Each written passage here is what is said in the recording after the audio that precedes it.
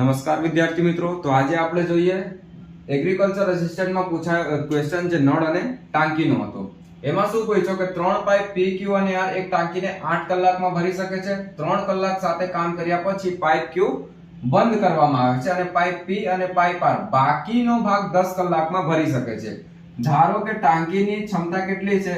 8 કલાક અને 10 કલાકનો લસાઅ લઈએ એટલે કે 40 લીટર જે છે એ ટાંકીની ક્ષમતા છે. ત્રણે સાથે મળીને કેટલા કલાકમાં ભરી શકે છે? તો ત્રણે સાથે મળીને 40 લીટર જે છે એ 8 કલાકમાં ભરી શકે છે. તો કલાકમાં કેટલા લીટર ભરશે?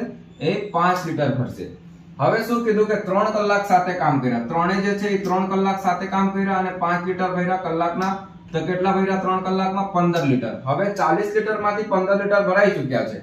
વધ્યું કેટલું? 25 લીટર. 3 કલાક પછી Q ને બંધ કરવામાં આવે છે અને પાઇપ P અને R એ બાકીનો ભાગ એટલે કે આને કેટલા કલાકમાં ભરી શકે છે? 10 કલાકમાં. તો 1 કલાકમાં આ લોકો કેટલા ભરશે?